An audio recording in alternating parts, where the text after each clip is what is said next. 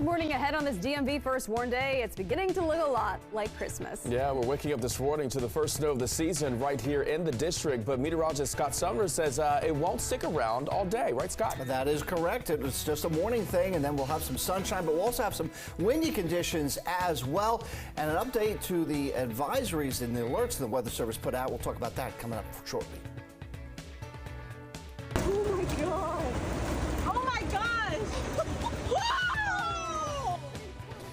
Plus, some scary moments in Tennessee after a tornado touched down over the weekend. The cleanup efforts underway this morning. And back here at home, a bomb threat over the weekend shutting down business in Tacoma Park. How the community is responding. And if you haven't sent your letter into Santa, be sure to send it in today so he gets it in time for Christmas. All those holiday deadlines you need to know, that's coming up. You're watching DC. You're watching the station covering all of the DMV. This is DC News Now.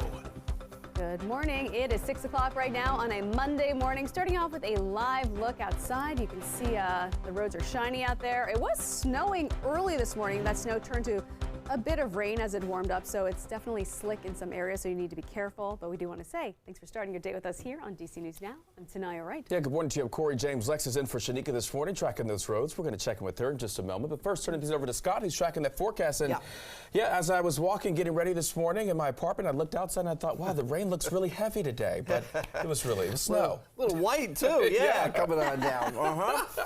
Yeah, and did you run into any accidents driving in? I didn't. No, I did not. It's just us on the road. Yeah, it was just us when we were driving. Lots of slush though. Lots of slippery weather, and Lex will have your traffic report coming up in just a moment. But as far as the radar is concerned, you can see quite nicely that we do have some snow. The blue is the snow, the purple is the mixed bag, and of course the green and the yellow, well, that's just a plain old light to moderate, even heavy rain at that. But notice here the back edge. Now, we've got a couple more hours potentially of seeing this particular line of precipitation move out into the Atlantic Ocean, and that bodes well for us. But again, winter weather advisories are still in effect, mainly up towards Garrett County.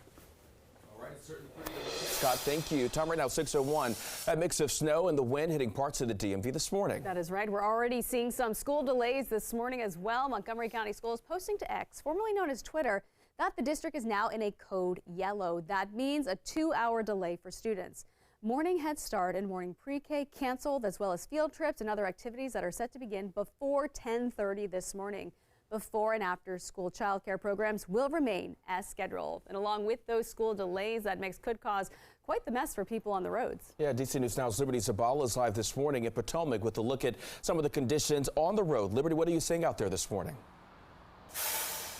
Good morning, Corey and Tanaya. Well, we are here in Potomac Park, Maryland, where we did see the snow coming down, but now it has effectually stopped right now. So it is still very cold. I can tell you it's cold and windy and breezy out here. We've been seeing the winds gusting at about 26 miles an hour. But I want to show you the road conditions behind me. You're looking at 270 going north and south, and you can just see how slick and icy and wet the roads are out here, and it's creating quite the dangerous morning commute for you this morning. So if you are planning to take 270, just give yourself that extra time. Slow down out here. We are seeing snow accumulation still sticking on the barriers of the roadways out here, as well as the signage and the vegetation here. So you will notice the slick conditions out here, the ice on the roadways.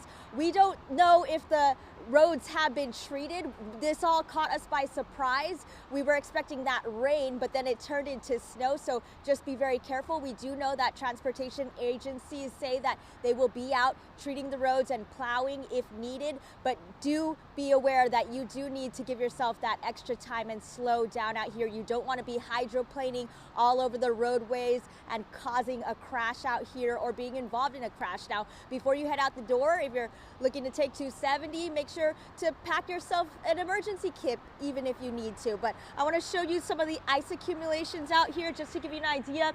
Just expect this on the roadways, on the sidewalks. It's also very slippery, and it will be very, very dangerous and icy out here. But I'll send it to Lex, who is monitoring the traffic in the studio this morning. All right, thank you so much, Liberty. Well, we are monitoring a few accidents across the region. You can see right here, this is our busiest spot. Now, we did have an accident there on the inner loop there around Colesville exit there, and you can see cars. Now, this actually is an improvement, believe it or not, to what we saw about 15 minutes ago. Cars are able to start snailing by. They really were just at a complete dead standstill, and even on the map that was showing up as purple earlier. Now, if we continue looking across the region, you can see if you're heading into the district, you are seeing lots of slowdowns there, but there's not too many people on the road as far as volumes of traffic, so it isn't looking too bad for those drivers out there. Just something to be aware of. Give yourself a little bit of extra time as you're heading out the door this morning. Thank you, Lex. Well, developing now, police in Fairfax County trying to negotiate with a man that is barricaded in an apartment. This is happening on Bellevue Drive and Bailey's Crossroads. Now, police say other apartments in that area have been evacuated as a precaution. They say this all started yesterday when the suspect assaulted someone with a bat before locking himself inside of his apartment. We will, of course, keep you updated as we learn more. Prince George's County Police are investigating a domestic murder-suicide in a parking garage. Officials say it happened on Mercantile Lane near Landover yesterday. Police were sent to the scene for a welfare check, we're told. They say when they arrived, they found a man and a child inside a car suffering from gunshot wounds. Both died at the scene, according to officials. Police say there is no ongoing threat to the community. The investigation is ongoing. And police in Frederick County, Virginia say they arrested a groomsman for shooting a guest at a wedding reception. This happened around 7 o'clock in Stevenson Saturday night. Police say the suspect, 22-year-old John Morningstar, was asked to leave the reception because he was too intoxicated.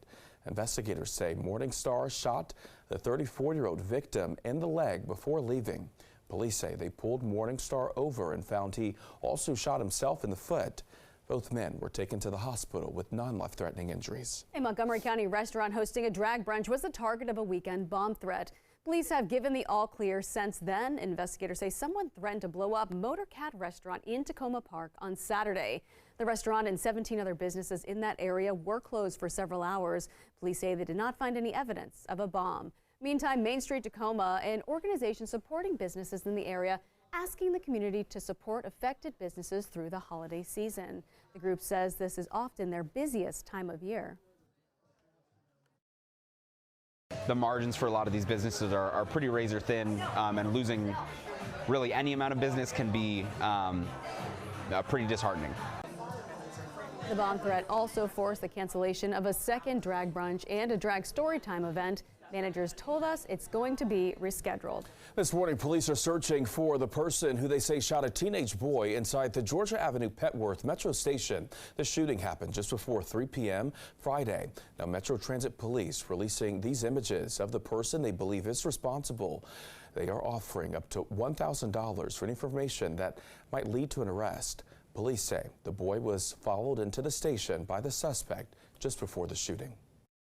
I wish something would be done. I wish our elected officials would do something about it. It's unfortunate, and I hope the kid makes a full recovery. According to authorities, the boy was shot in the hip. They say he is expected to be okay. Parents and advocates across Prince George's County are calling for enhanced crossing guard safety. This comes after 2 students at Riverdale Elementary were hit and killed by a van while using a crosswalk. Parent leaders are calling on police to fill the vacant crossing guard spots. The county is able to fund our money to be able to cover some of the costs. We could potentially put either hire people, because we have residents that might want to do those, the opening and, when the kids come in and go out, right? That might be easy for them to do it in their city instead of like traveling to a city that's further away.